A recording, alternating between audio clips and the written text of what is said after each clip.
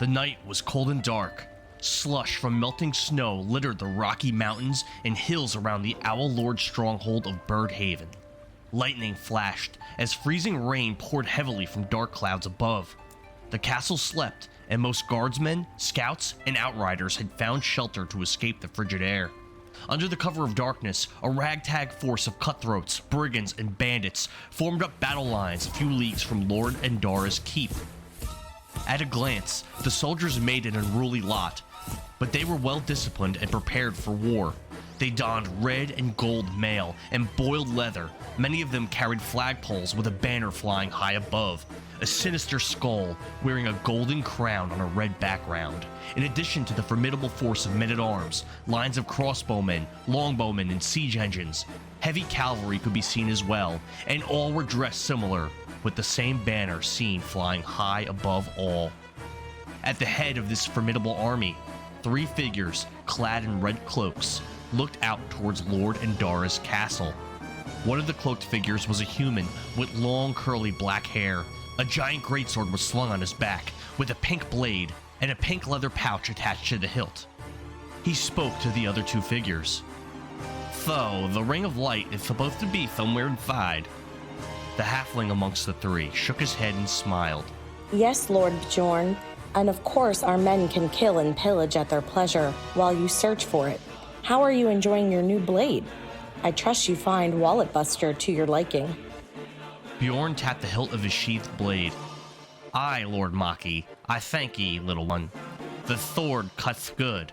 The sword kills good. With this, I can become the greatest swordsman in Cortania. I'll find and challenge Sparatolo when I find the time." Yes, awesome, exclaimed the 3rd cloaked figure. "Our priority is this magic ring, the Ring of Light. I care not for who is stronger than who, and how many women will be behind the walls of Birdhaven. Stop dawdling and prepare the siege." The last man had a shock of white hair, with a lightning bolt-shaped streak of black running down the middle. He was red-faced, and veins bulged on his forehead. "Calm yourself, Lord Exbalto," replied the halfling, Maki. "The 3 of us together, there is nothing we should ever have to fear. I established Vigor, raised our armies from the dregs of the abandoned, and recruited the 2 of you to rule my side. We will gain notoriety as the 3 Fury Lords of Vigor." "I apologize, Lord Maki. I suppose Bjorn can have his fun. Why was he chosen, by the way? Why was I chosen?" Maki smiled warmly and explained. "Bjorn is legendary amongst bounty hunters and mercenaries. His name, the sight of him, will strike fear into the hearts of our enemies. Despite my immense power, I am very much under the radar and not known. You are much the same." "Yes, my lord. So again, why was I chosen to rule alongside of you?" "Your former master, Shindo, the Mind Delver, served with me as a council member in the Order," explained the halfling. "He spoke often of his greatest student, a mind mage with power only rivaled by his own. When I formed Vigor, I immediately sought you out, Exbalto Valadaxos." "I served under Shindo for many long years, as an acolyte, then an initiate, an adept, and finally a master in my own right. For Vigor, I'll put these skills to good use." "It's time," Maki shouted with determination. "Exbalto, give the order." In an impossibly loud magical bellow, Lord Zabalto Valadaxos turned and addressed the Vigor army. "The enemy stands before us. We will bring him blood and fire, spear and sword, pain and death, anger and madness, fear and fury, for Vigor." In unison, thousands of soldiers shouted at the top of their lungs.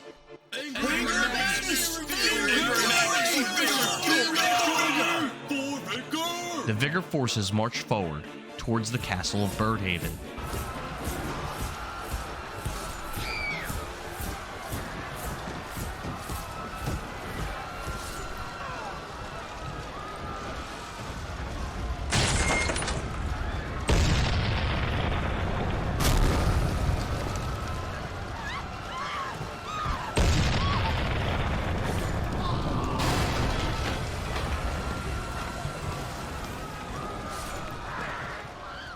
of Birdhaven, Zombini and Dara, the Owl Lord, awakened with a start. A cold sweat covered his body. He had the nightmare again. My lord, what's wrong? Asked the whore in his bed. I had the dream. Every night this week I've had it. Why do these nightmares plague me? I don't know, my lord. Responded his companion. She sat up in the bed and slid the bed sheets off her bare breasts, exposing them. I'll go and check on our children, sweet Zombini.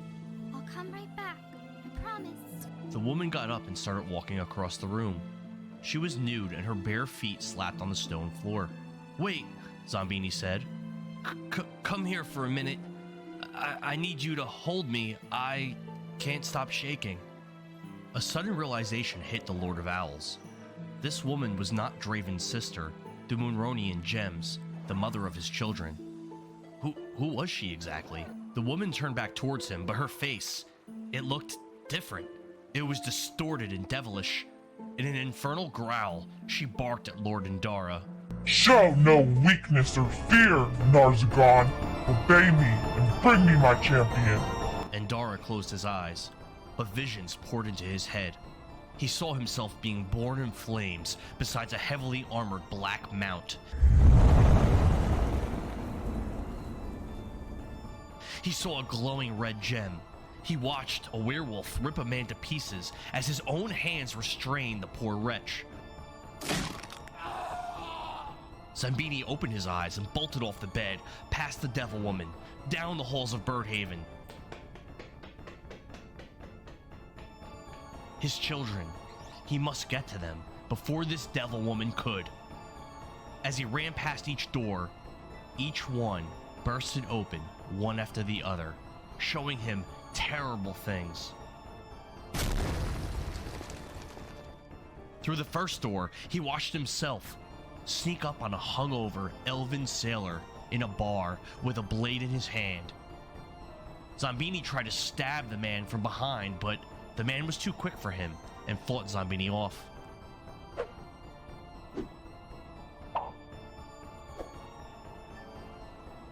Lord and Dara ran past the next door. He saw himself trapped on an elevator with two faceless figures. He felt as though they were supposed to be his friends and companions. Zombini and one of the others transformed into werewolves and tore the third man apart.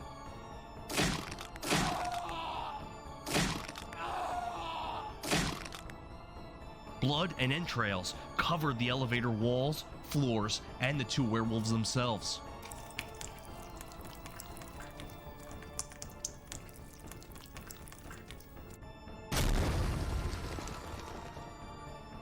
Zombini went past the third door, and he saw himself in a boat with a few companions. He pulled a rotting head from his satchel, and immediately after, a dragon grabbed one of his friends from the boat and devoured him.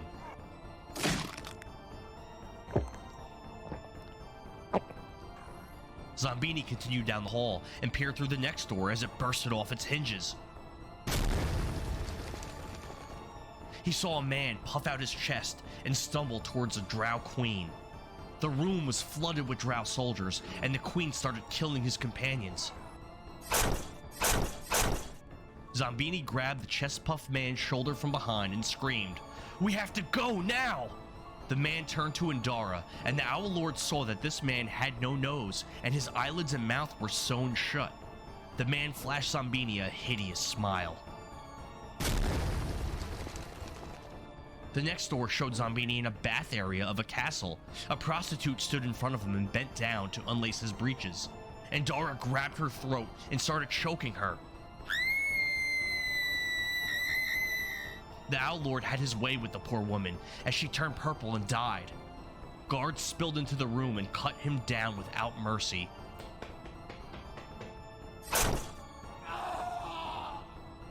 Zombini's friends were glad he was dead and gave a round of applause to the guards.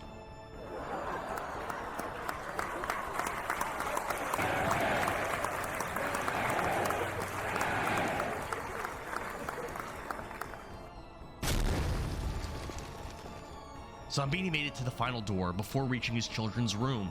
The door flung open and showed a vision of Zombini running through the woods, laughing and cackling like a maniac. Out of his peripheral vision, he saw something coming towards him on his left side. Before he could react, a dragon grabbed Zombini and hefted him up into the air. The creature flew high into the sky and began to devour the Owl Lord alive.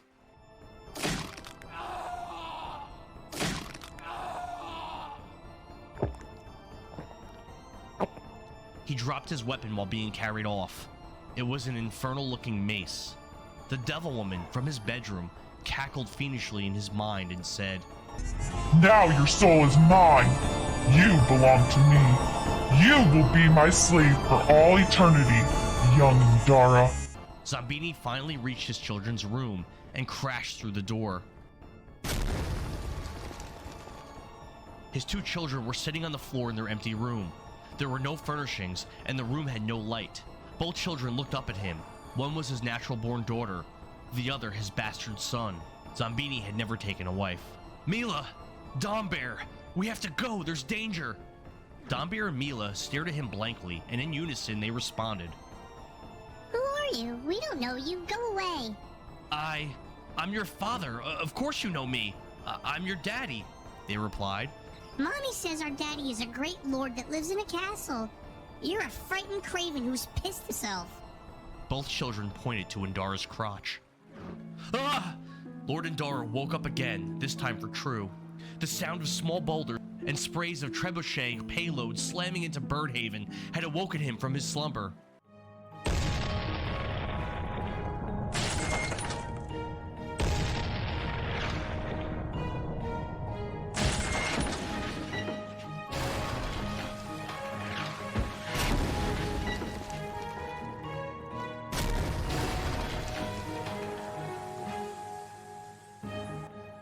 My children and their mother don't live here with me. They are in a far-off kingdom, Zombini reflected. A guardsman rushed into the room. Milord, we're under attack. We know not who they are, but there are thousands. They'll breach the walls shortly. Bring me my sword and armor. Have the captain of guards position men on the walls with pitch, stones, and bows. Alert our cavalry that they'll be doing a sortie along the enemy siege lines. I'll die before Birdhaven falls. Yes, Milord, replied the guardsman. Milord, you'll be needing a new pair of breeches and small clothes as well. I'll go get them.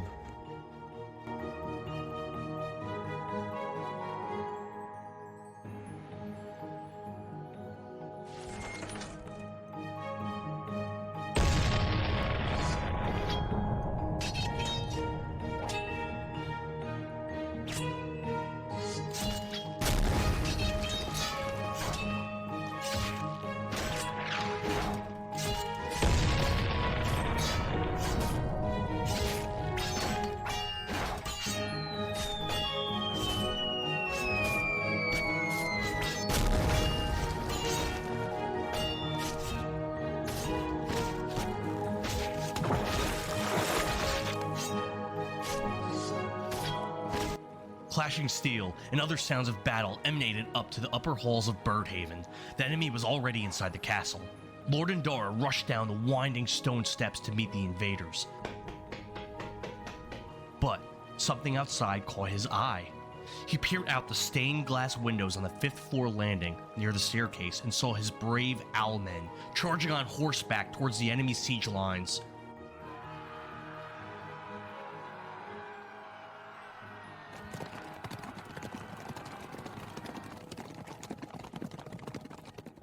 Zombini smiled. His cavalry would soon be upon them. A red-cloaked figure calmly walked out from near the siege engines, taking slow, deliberate steps. The figure was very short, definitely not a human. Birdhaven's heavy cavalry was still a precious 400 feet or so from reaching the enemy siege. A puzzled Indara watched as a figure lifted his hands, and a blue-white ball of energy formed in between them. He pushed his arms forward, and the ball of energy flew through the air in an arc and increased in size. The energy orb fell into the ground 50 feet in front of the riders and seemed to disappear. But Zombini could detect the magic still present in the grass, and it was obvious that the cavalry charge was not stopping. "No!" Zombini screamed at the top of his lungs. "Get back! Get away from there! Get away!" The Lord of Birdhaven was much too far away for the charging troops to hear his warning, and they forged ahead, crossing over the area where the ball of bluish-white light had disappeared. Lord Indara could not make out the figure's face, but he knew deep down that his foe was smugly smiling. The hooded one raised one hand high in the air, and with an extra exaggerated motion, he snapped his fingers.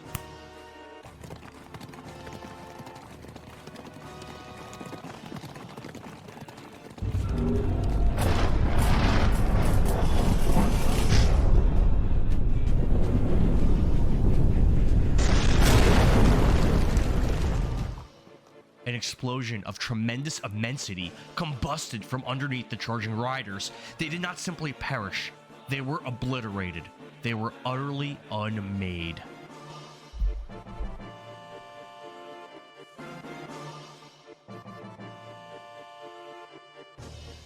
A shockwave from the explosion hurled Zombini off the staircase and sent him tumbling through the air, where he crashed through an oaken table in a heap on the ground floor of Birdhaven Castle.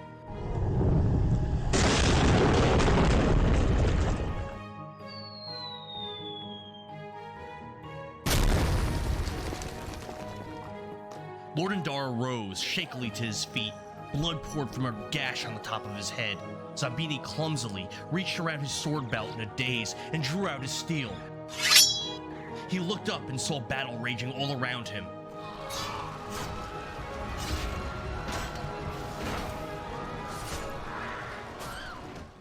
The Vigor troops were no true soldiers, and his elite owlmen were cutting them down with gusto. Terribly outnumbered, the owlmen were fighting off the invaders very well.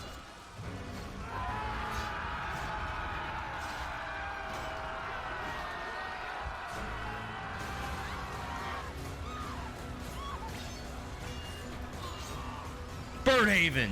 The lord of the castle yelled as he charged at the nearest Vigor man-at-arms, cutting him down with a single stroke. Zombini quickly made his way over to the thickest part of the fighting and stood back to back with his captain of guards. The pair hacked the enemy to bloody bits, parrying, slicing, smashing, and cutting as greater and greater enemy numbers flooded the room.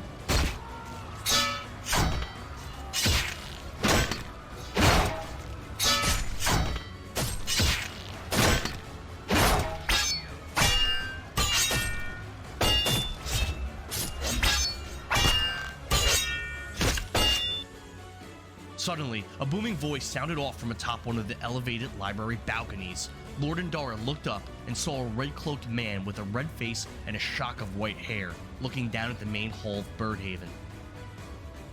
Do not harm another Vigor soldier. Kill the lord of the castle. Mass suggestion. Half of the Owl Lord's remaining owlmen stopped fighting. They turned their backs on the enemy and advanced on Birdhaven's defenders. The captain of guards turned to his lord. Retreat, Lord Indara. This castle is lost. Not while I draw breath, the Owl Lord exclaimed with determination. The defenders ascended the staircase and turned to meet their foes on the first landing.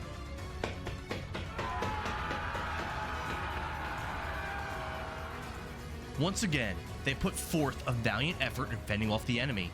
The enemy owlmen were much more formidable and difficult to cut down than the Vigor rabble, but Zombini and his captain did their damnedest to kill as many as they could.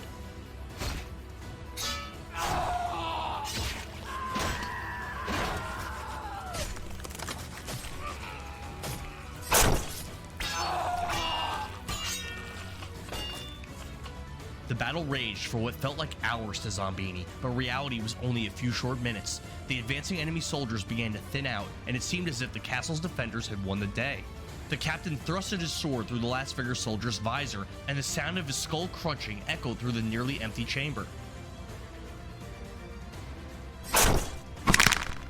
A dozen owlmen-at-arms, the captain of guard, and Lord Zombini Indara were the only survivors on the defenders' side. All 14 men were covered in slick blood, their own and that of the enemy. Their mail was dented, the edges of their weapons were dull, and each man was heaving, trying to catch their breath after the intensity of the grueling battle. Piles of corpses littered the stairs and the main hall. The doors at the front entrance swung open once more, and another few dozen Vigor soldiers entered the lobby.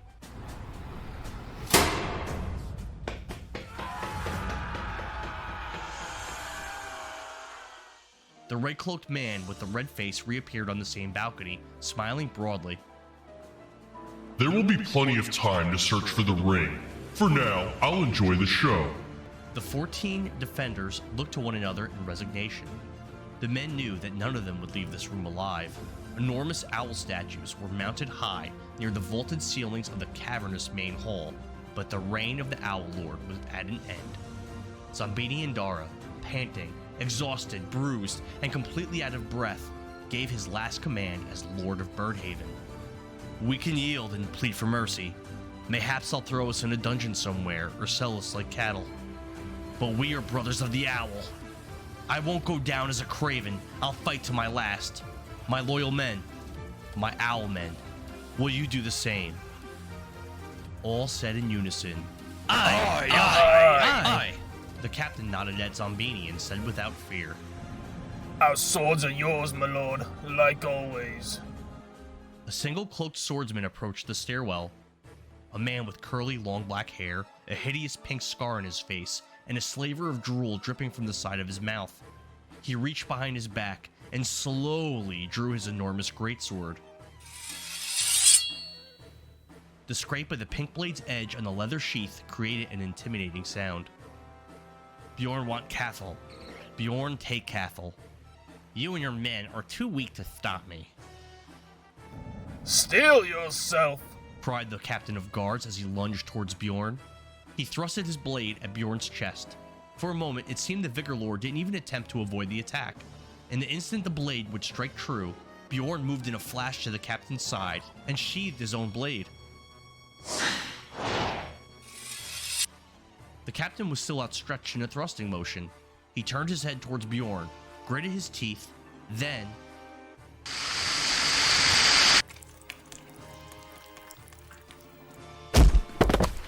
A fountain of blood erupted from under the captain's ribs. He collapsed on the floor and rapidly bled out. Once again, the swordsman drew his greatsword in that same deliberate manner. Owlman, kill him! Yelled one of Indara's soldiers. The remaining men of Birdhaven surged towards Bjorn in a wave as a pink aura surrounded the Vigor Lord.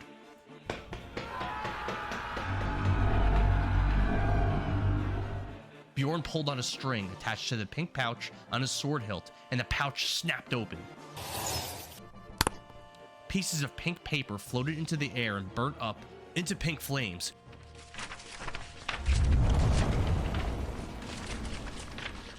Creating a thick pink mist that quickly enveloped the room. The first man reached Bjorn and was cut down instantly with a lightning-fast sword strike. He swung his greatsword so quickly, even Lord Indara couldn't follow the movement of the queer pink steel with his eyes. Bjorn came back around for a backhanded slash, and this time, something new happened. The enormous sword glowed with pink light and extended with unbelievable speed. The blade lengthened, then tore through two men standing in front of the swordsman and smashed into the stairs.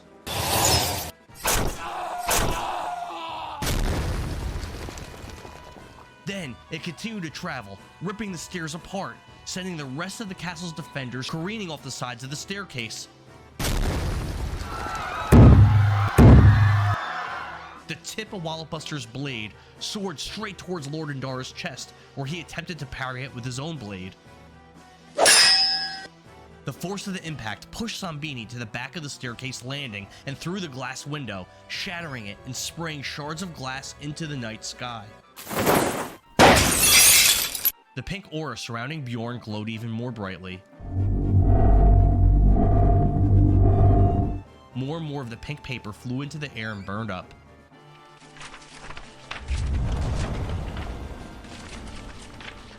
With dramatically increased speed and strength, Lord Skytaker effortlessly danced from soldier to soldier, cutting down the remaining owlmen.